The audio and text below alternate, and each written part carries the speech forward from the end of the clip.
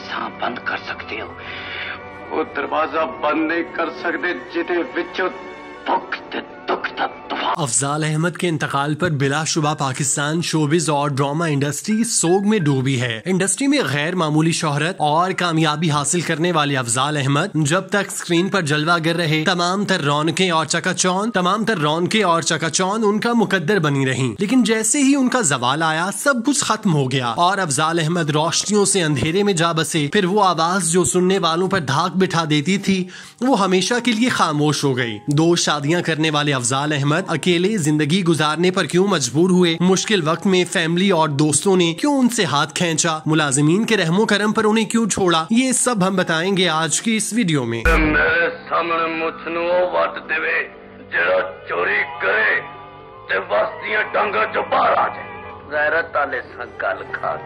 अफजाल अहमद पिछले 21 साल से फालिद ज़दा थे, जिसकी वजह से उनकी जिंदगी माजूरी की नजर हो गई थी। वो चलने फिरने से कासिर थे। उन्हें व्हील चेयर पर एक जगह से दूसरी जगह ले जाया जाता था। उन्हें फालिज का इस कदर शदीद अटैक आया जो उनके लिए जानलेवा तो साबित नहीं हुआ, अलबत्ता उनकी आवाज हमेशा के लिए साथ ले गया, जिसके बाद इंडस्ट्री का ये चमकता सितारा अपनी चमक खो बैठा। अफजाल अहमद जब फालिज का शिकार हुए उन्हें हर दम मोहताजी ने आग घेरा, जिस पर शुरू में तो सब ने उनके साथ हमदर्दियां जताई, लेकिन फिर आहिस्ता आहिस्ता सब उनसे दूर होते गए और फिर इस भरी दुनिया में अकेले हो गए। एक तरफ फालिज और माजूरी, जबकि दूसरी जानिब किसी अपने के ना होने का एहसास उन्हें अंदर ही अंदर दीमक की तरह खाए जा रहा था। अफजाल अहमद के पास अपना घर था, लेकिन बदकिस्मती से कोई अपना नहीं था। अफजाल अहमद की जाती जिंदगी मुश्किलात से दो चार रही, जिसके बायस उनकी बीवियां या तो वफात पा गईं या उन्हें छोड़कर चली गईं। इस घर में उनका ख्याल रखने के लिए मुलाजिमीन थे। उनका कोई बेटा नहीं था, जबकि 3 बेटियां अमेरिका में मुकीम थीं। उनकी एक बहन एक अरसे तक उनका ख्याल रखने में मसरूफ रही, लेकिन फिर वो भी अमेरिका की मकीन बन गई और यूं बच्चों के बाद बहन ने भी अफजाल अहमद को उनके हाल पर छोड़ दिया। अफजाल अहमद के मामले में मीडिया और शोबिज इंडस्ट्री की बेहिसी भी अपनी अरूज पर रही। जब वो माजूर हुए तो सैयद नूर ने उन्हें फिल्मों में काम भी दिया ताकि वो मसरूफ रहें, लेकिन जब जिस्म ने इजाजत नहीं दी तो फिर वो घर की 4 दीवारी तक महदूद हो गए। उनका घर जो एक वक्त में इंडस्ट्री के सितारों की चमक से टमटमाता था, जहाँ पर रात देर तक महफिलें मुनक्किद हुआ करती थीं, उस घर में बला का सन्नाटा छा गया। अफजाल अहमद जिंदा तो थे, लेकिन उन्हें मरने से पहले ही मार दिया गया। उन्हें गुमनामी और कसम पुरसी की दुनिया में धकेलने वाले मीडिया और इंडस्ट्री के लोग थे, जिन्होंने मुश्किल हालात में उनका हाथ न थामा। बूढ़े, लाचार और माजूर अफजाल अहमद ने अपने अरूज पर न जाने कितने फनकारों की मदद की होगी, उन्हें सहारा दिया होगा। फिल्म इंडस्ट्री के लिए उनकी बहुत सी खिदमात हैं, लेकिन जब उन पर मुश्किल वक्त आया तो किसी ने उनकी मदद करने की हामी नहीं भरी। सबने उन्हें उनके हाल पर छोड़ दिया। मीडिया पर अफजाल अहमद का जिक्र ना होने के बराबर था। उनकी जिंदगी किस तरह से चल रही थी, कौन उनका ख्याल रख रहा है, किसी ने इस हवाले से कोई अपडेट देना मुनासिब नहीं समझा। इस हवाले से हुकूमत की बेबसी भी कि उसने इतने बड़े फनकार के बारे में जानने या फिर उनके मामला देखने का तरद्दुद नहीं किया। इस हवाले से आर्ट्स काउंसिल और दीगर महकमे जिनका काम फनकारों की फलाह बहबूद होता है, उन्होंने अपनी कोई जिम्मेदारी सर अंजाम नहीं दी। आमतौर पर हमारी हुकूमत और इदारे उस वक्त हरकत में आते हैं जब कोई फनकार बीमारी में मुब्तला हो, वो हुकूमत के आगे इमदाद के लिए हाथ फैलाए, उसके बीवी बच्चे कैमरे के सामने आकर अपना दुख रोएं, तब जाकर मीडिया, इंडस्ट्री और हुकूमत अपना फर्ज अदा करती है, वगरना सब ख्वाबे गफलत में मुब्तला रहते हैं। अफजाल अहमद को माली मसाइल का सामना तो नहीं था, लेकिन फिर भी उन्हें हुकूमती तवज्जो की जरूरत थी। उन्हें दोस्तों का सहारा दरकार था। वो अपने रिश्तेदारों के साथ वक्त गुजारना चाहते थे। जो वक्त उन्होंने सुकून से गुजारने के लिए वक्फ किया था वो तकलीफों और मुश्किलात की नजर हो गया। कहा जाता है कि जब तक मोहम्मद अली जिंदा रहे वो बाकायदगी से हफ्ते में एक बार अफजाल अहमद के पास चक्कर लगाते, उनकी खैरियत दरियाफ्त करते और उनके साथ खाना खाते। इसके अलावा नदीम जब भी लाहौर आए तो अफजाल अहमद से मिलने आ जाते। इन 2 शख्सियात के अलावा किसी ने भी अफजाल अहमद को मुश्किल वक्त में याद करना मुनासिब नहीं समझा। सब अपनी रौनकों और रंगीनियों में मसरूफ रहे और अफजाल अहमद खामोशी के साथ अपनी जिंदगी की मयाद पूरी करते रहे। 1 दिसंबर को अफजाल अहमद ब्रेन हेमरेज के बायस जनरल अस्पताल मुंतकिल हुए। वो अपने वक्त के सुपरस्टार को अस्पताल इंतजामिया ने इलाज के लिए अलग बेड देने की बजाय दूसरे मरीज के साथ लेटा दिया। एक रात अस्पताल में गुजारने के बाद आज वो अपनी तकलीफों से आजाद होकर अल्लाह के हुजूर पेश हुए। अस्पताल में उन्हें एक ही बेड पर लेटाने की वीडियो सोशल मीडिया पर वायरल हो चुकी है, जिस पर उनके मद्दाह गमो गुस्से का इजहार कर रहे हैं। ये हमारा अलमिया है कि हम फनकार को सिर्फ उसके अच्छे वक्त में सराहते हैं, उसकी कदर करते हैं, उसके आगे पीछे भागते हैं, उससे काम निकलवाते हैं, लेकिन जब उस पर मुश्किल वक्त आता है तो सब उससे जान छुड़वाते हैं, फासला इख्तियार कर लेते हैं। उसके लिए ऐसे बन जाते हैं जैसे वो उनके लिए कोई वक़्त नहीं रखता। अफजाल अहमद जो जिम्मेदार घराने में पैदा हुए, एचिसन से तालीम हासिल की, अंग्रेजी उर्दू समेत कई जुबानों पर अबूर रखने वाला, सूट टाई लगाने वाला खूबरू नौजवान का अंजाम कितना दर्दनाक हुआ और उन्हें इस अंजाम तक पहुँचाने में इस मुआशरे ने अपना क्या किरदार अदा किया, उससे हम सभी वाकिफ हैं। अफजाल अहमद इस दुनिया से चले गए, लेकिन अपने पीछे नाइंसाफी, मुश्किलात, दर्द, तकलीफ की एक दास्तान छोड़ गए जो रहती दुनिया तक सुनी और सुनाई जाएगी। नामवर अदाकार अफजाल अहमद झंग के सैयद घराने में पैदा हुए। उन्होंने एचिसन से तालीम हासिल की। उन्होंने अशफाक अहमद के ड्रामे उच्चे ब्रिज लाहौर दे में सिर्फ 18 बरस की उम्र में 50 साल बूढ़े का किरदार अदा करके सबको हैरान कर दिया। अदाकारी के शौकीन अफजाल अहमद ने अपने 35 साल करियर के दौरान उर्दू, पंजाबी, पश्तो फिल्मों में काम किया। उन्होंने बेहतरीन अदाकारी के बायस 90 की दिहाई में खूब शोहरत कमाई। अफजाल अहमद ने कई दिहाइयों तक अदाकारी के शोबे से वाबस्ता रहे और अपनी बेसाख्ता अदाकारी से शायकीन फन को महसूस किया। उन्होंने यूं तो मुख्तलिफ नौइयत के किरदार किए, लेकिन शोहरत मनफी किरदारों से मिली। अदाकार को उनकी फनी खिदमात पर कई अवार्ड से नवाजा गया। लेजेंडरी अदाकार की मशहूर फिल्मों में दहलीज, बुलंदी समेत दर्जनों फिल्में शामिल हैं, जबकि मुतादिद मशहूर टीवी ड्रामों में लाजवाल किरदार अदा किए। स्टेज की दुनिया में उनका ड्रामा मैली चादर को इतनी पजीराई मिली कि मुसलसल कई साल तक वो स्टेज किया जाता रहा। उनकी मशहूर फिल्मों में इंटरनेशनल गोरीले, दहलीज, बुलंदी, आखिरी मुकाबला, जट इन लंदन, शाह बहराम और दीगर शामिल हैं। उनका एक हवाला मनफी किरदार थे जिसे वो बखूबी निभाते थे।